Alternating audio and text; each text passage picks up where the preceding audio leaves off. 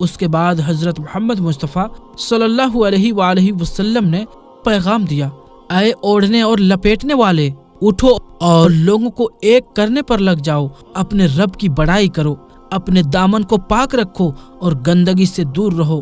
دوستو، اس کے بعد حضرت محمد مصطفیٰ صلی اللہ علیہ وآلہ وسلم لوگوں کے بیچ اس پیغام کو دینے لگے کہ اللہ یعنی ایشور ایک ہے اور میں اللہ کا نبی ہوں، اور انسان کو اپنے کاموں کا جواب ایک دن یعنی کہ آخرت کے دن اللہ کو دینا ہے۔ اس کے بعد دوستوں، آپ 3 سال تک آہستہ آہستہ لوگوں کو اسلام کا پیغام دیتے رہے، یہاں تک کہ کچھ لوگ اس پیغام کو قبول کر کے مسلمان بھی ہو گئے۔ اس کے بعد حضرت جبرائیل علیہ السلام یہ پیغام لے کر آئے کہ آپ اپنے قریبی رشتہ داروں کو اللہ کے عذاب سے ڈرائیں۔ اس حکم کے آنے کے بعد حضرت محمد مصطفیٰ صلی اللہ علیہ وآلہ وسلم کھلے عام مکہ کے لوگوں کو اسلام کی دعوت دینے شروع کر دیے، تو آپ پر ہر طرف سے ظلم و ستم ہونے لگے اور مکہ کے سردار آپ کے دشمن بن بیٹھے، یہاں تک کہ آپ کو جان سے مارنے کی سازش رچی جانے لگی۔ یہ وہی لوگ تھے جو پہلے حضرت محمد مصطفیٰ صلی اللہ تعالی علیہ وآلہ وسلم کو صادق اور امین کہتے تھے، مگر جب حضرت محمد مصطفیٰ صلی اللہ علیہ وآلہ وسلم نے خود کو نبی ہونے کا دعویٰ کیا اور قرآن پیش کیا جو آپ پر نازل ہوئی تھی، انہوں نے اپنے باپ داداؤں سے چلے آ رہے طور طریقے کے محبت کی وجہ سے آپ کا پیغام ماننے سے انکار کرنے لگے اور آپ کی ہر طرف سے برائی کرنے لگے۔ جیسے جیسے لوگ اسلام کو قبول کرتے گئے، مکہ کے سردار کا ظلم و ستم آپ پر اور مسلمانوں پر بڑھتا گیا۔ کوئی آپ کو پاگل کہتا تو کوئی آپ کو جھوٹا کہنے لگا، کوئی آپ کو جادوگر کہتا تو کوئی آپ کا ہنسی اڑاتا۔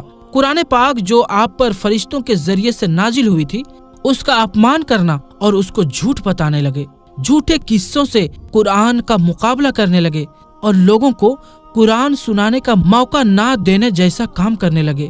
حضرت محمد مصطفیٰ صلی اللہ علیہ وآلہ وسلم سے کہا جانے لگا کہ ایک دن آپ ہمارے بتوں کی پوجا کریں اور ایک دن ہم آپ کے رب کی عبادت کریں گے۔ دوستو، کچھ لوگ حضرت محمد مصطفیٰ صلی اللہ علیہ وآلہ وسلم کے پیچھے ہی لگے رہتے تھے، اور جب وہ کسی کو قرآن سناتے تو یہ لوگ شور شرابہ کرتے اور تالیاں بجاتے تھے۔ جب آپ نماز پڑھتے تھے تو کبھی آپ پر بکری کی بچے دانی تو کبھی آپ پر اونٹ کی اوجڑی پھینک دیتے تھے۔ جب آپ چلتے تھے تو آپ پر کوڑا ڈال دیا جاتا تھا۔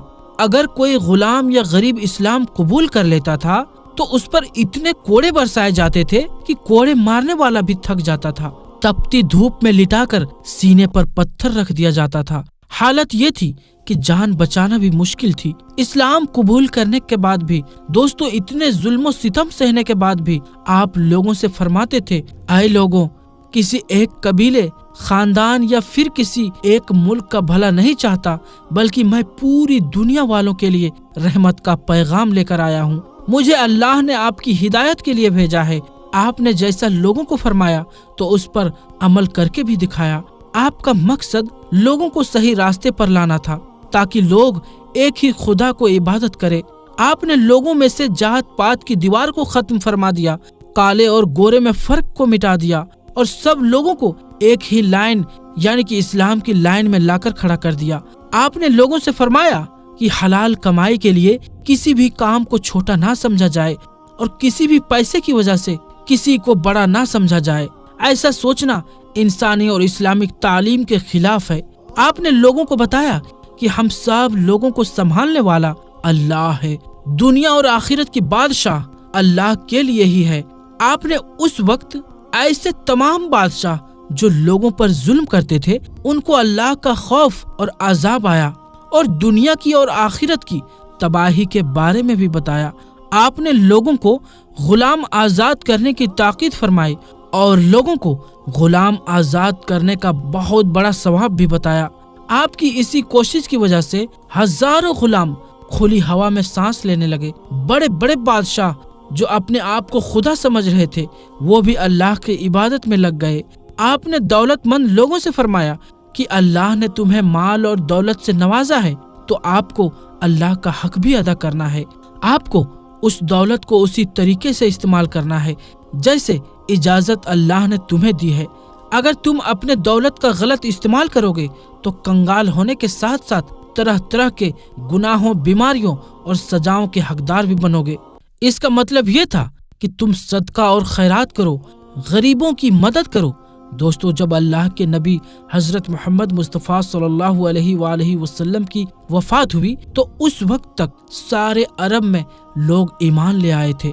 آپ کے بدولت پورے عرب میں اسلام کا پرچم لہرانے لگا تھا کہ آج پوری دنیا میں قائم ہے۔ سبحان اللہ۔ تو دوستو، آپ کو یہ ویڈیو کیسی لگی ہمیں کمنٹ میں ضرور بتائیں، اور اس ویڈیو کو اپنے دوستوں احبابوں میں زیادہ سے زیادہ شیئر کریں۔